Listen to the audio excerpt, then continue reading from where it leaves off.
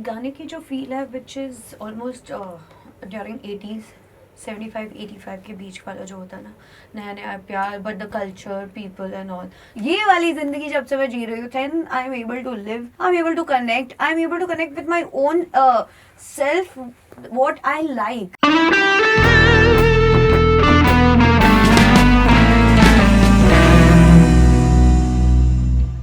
मैं हूं आपके साथ अनुराग पांडे और इस समय मेरे साथ में मौजूद है एक ऐसी हीरोइन, एक ऐसी कलाकार, ऐसी अदाकार जिनके अभिनय के जरिए टीवी इंडस्ट्री में तो तहलका मच ही गया था, बिग बॉस में तहलका मच गया. दोस्तों के बीच में खलबली ज्यादा रहती है क्योंकि सुनती ज्यादा है, बोलती कम है. रीजन एक ही है, लिसनर अच्छा होना बहुत जरूरी है. उन्होंने कहीं एक पॉडकास्ट में सुन लिया था, वो भी मेरे. क्या कर सकते हैं, आप तो मेरे नेचर जानते ही हैं. इस समय मेरे साथ में रश्मि मौजूद है. बधाई हो. बधाई हो. Thank you so much. Thank you so much. क्या बात है. आज तो मैं बोलना चाहूँगी कि आज का दिन मेरे लिए बहुत बहुत इम्पोर्टेंट है. क्यों? क्योंकि बड़े लोगों के साथ मेरा इंटरव्यू है. बड़े लोगों की तो बात ही अलग है. ओके जी, एल्बम, नया एल्बम जी. एंड इस प्यार को एक नया रूप दिया गया है. इस एल्बम के बारे में थोड़ा बताइए.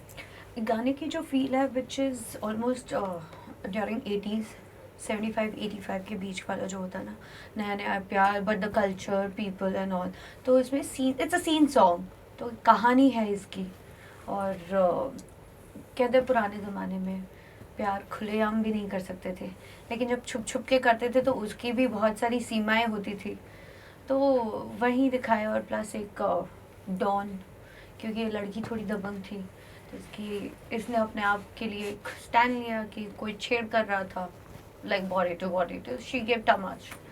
तो ये लव स्टोरी उसी चीज़ की है कि ही रंजा टाइप कैसे मिले पर नहीं मिले वाला हिसाब है. तो वो प्यार मर जाता है बट हमेशा जिंदा रहता है. ये बहुत जरूरी है ना लाइफ में. Yes. कोई चीज याद, तुमको ऐसा लगता है कि प्यार कभी, पहला प्यार कभी जिंदगी में मिलता नहीं है, वो याद रहता है? मुझे ऐसा लगता है कि मेरी जिंदगी में मुझे प्यार कभी नहीं मिलता है. तो हर और इंसान को मेरा लगता जो प्यार भी होता है ना, वो सिर्फ मेरी तरफ से होता है. तो आई थिंक प्यार इतना होता है. प्यार एक ऐसी चीज़ है, इट्स वेरी अनविजिबल. आप हर किसी को प्यार करते हो लेकिन आप अपने आप को भूल ही जाते हो उसमें. So I think you really don't understand कि प्यार क्या होता है. प्यार तो आई थिंक आप यहाँ बैठे बैठे किसी और से भी मुझे प्यार आपसे भी हो जाएगा. The way you talk, the way you you know, आप आते हो पूरी माहौल सजा देते हो, तो वो प्यार तो वो भी डिफरेंट होता है. तो एक तरफा प्यार होता है.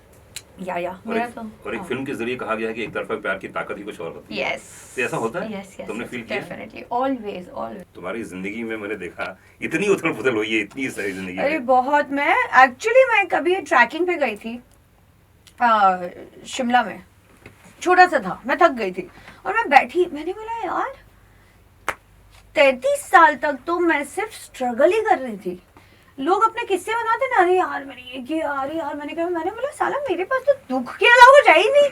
किसी को सुनाओ तो बोर हो जाए आदमी, यार मैं खुद बोर हो जाऊं. फिर मैंने बोला तेल लेने गया सर.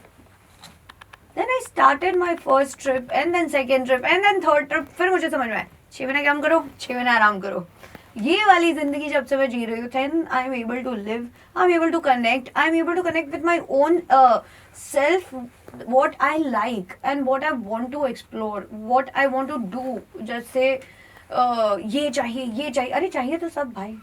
एल्बम तुम कर चुकी हो, फिल्म तुम कर चुकी हो, सीरीज कर चुकी हो, सीरियल कर चुकी हो, क्या बचा है? सब मैं कर रही हूँ. मतलब वही है. सब ऑनगोइंग प्रोसेस में है.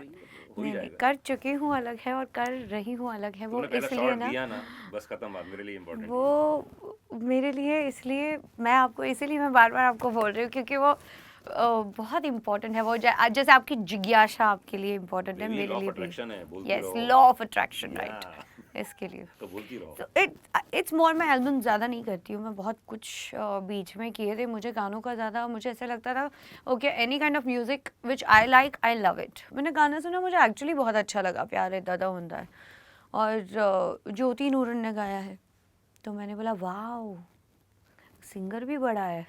फिर मैंने बोला डायरेक्टर कौन है, राजवीर. मैंने बोला ये नहीं सुना है, तो उन्होंने बोला नहीं he is done a fabulous song. तो मैंने उनके पिछले गाने सुने. Got a very good rhythm sense and everything. तो मुझे जितना समझ में आया मैंने हाँ बोल दिया. पर राजवीर से मैं जब भी बात करता हूँ फोन पे, बहुत ही सेंसिबल है इस मामले में. या ही is very sensible, he is very quite also. और उसका एक बहुत माइंड प्रोसेस है, मतलब मैंने उसे हाइपर होते हुए नहीं देखा।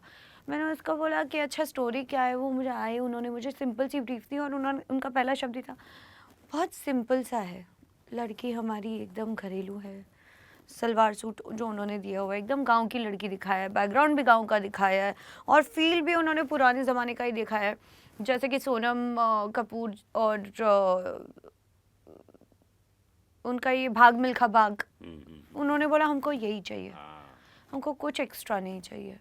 और उन्होंने छोटे छोटे सीन्स में सारी चीज़ें दिखाई, तो गाना बहुत अच्छा शूट किया। बट मैंने एक बार भी उनके मुंह से कोई एक्स्ट्रा बातें नहीं सुनी, एक्स्ट्रा किसी कम्युनिकेशन को नहीं देखा।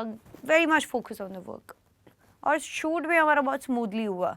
मैंने बोला सर आपने सिर्फ 4 सिचुएशन शूट किया है, बोला मैम वो एकदम इनफ है, हमको इससे ज़्यादा नहीं चाहिए। ऐसा क्लियर तो मैंने उनको हाँ, लेकिन मैंने इनसिक्योरिटी से इतना पूछा भी, मैंने बोला सर आपने 4 ही सिचुएशन किए, मैंने बोला पूरे गाने में ऐसा ना हो कि मैं नहीं दिख रही हूँ। तो ही सेड नहीं मैम बहुत अच्छा लगेगा, अब गाना एडिट होके आएगा तो you will like it.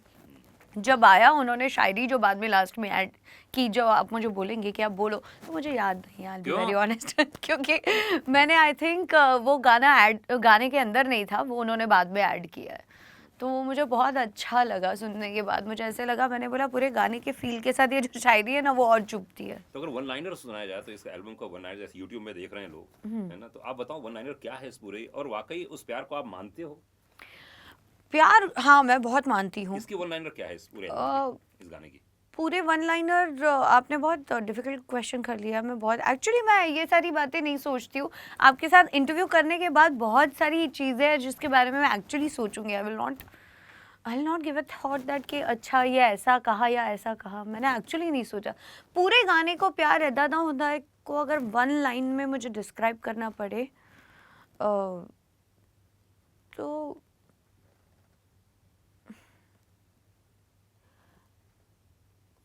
I don't know, मेरे पास जवाब नहीं है, क्योंकि उसको उसका प्यार नहीं मिलता, वो मर जाता है आखिर में, पर वो खालीपन भी उसे अपनापन लगने लग जाता है। I think that's the correct वे। एक तो पहले वो सोचती गलत है, एक्सपीरियंस गलत होता है, और फिर वो अकेले रह जाती है because that's when she wants to be with him and then he leaves. वो चला जाता है, मर चुका होता है। मुझे ऐसे लगता है वो प्यार में वो जो प्यार वाला जो खालीपन है वो भी उसे अपना सा लगने लगता है। तो I think that is the correct way for the pure love. जाने वाला तो चला गया, लेकिन उसकी यादें, उसकी चीज़ें, शेरशाह के भी इंटरव्यूज़ जब मैं देखती हूँ ना तो मुझे यही सेम फील होता है। I think that's the correct way. I would say that she never got married, she loved him and she is still in love with the same person, but that guy is no more, so dedicated to him. आपको मालूम है पूरी दुनिया में मूर्ति पूजा जो होती है उसका ही एक रूप है। मीरा ने कृष्ण से प्यार किया, कृष्ण कभी देखा ही नहीं था, और दुनिया में सबसे बड़ा प्यार यही होता है, और हजारों लाखों करोड़ों लोग करते हैं लेकिन किसी को मालूम नहीं है बात।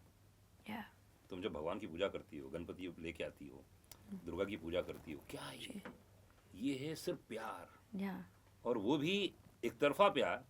और मीरा का जो प्यार था, जहर के बावजूद भी अगर वो कृष्ण को मान रही है तो जहर भी अमृत बन जाता है। करेक्ट। तो यही है कि जो इस गाने में दिखाया गया, आई थिंक इस गाने की थॉट फिलॉसफी माइंड ब्लोइंग है, और बहुत सिंप्लिसिटी के साथ राजवीर ने इसको पेश किया है। Very very simple, no complication. वही आई थिंक इस पूरी यूएसपी इस गाने की यही है, कितनी सिंपलिसिटी। और ज्योति ने क्या गाया है वो तो बात ही नहीं है। अरे लास्ट का शॉट था जहाँ पर रोना करना था, तो आई थिंक ज्योति ने इतना अच्छा गाया कि मैं बहुत अच्छे से रोई हूँ पूरे लास्ट के सीन्स में। शी एक्चुअली संग इट रियली वेल, और मुझे गाना बहुत अच्छा लगता है, रिपीट पे सुनती हूँ मैं। हालांकि इतने सारे गाने किए हैं जिसको मैंने शूट के दौरान सुने, कभी सुना नहीं है उसके बाद। This is the only song which I feel connect with my own self and my soul gets connected with the words, very pure. ये बात तो सही है।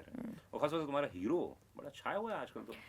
भाई मुझे बहुत सारे फ़ोन आए हैं, डीएम आए हैं, पर्सनल मैसेजेस आए हैं। मैंने बोला भाई शादीशुदा है।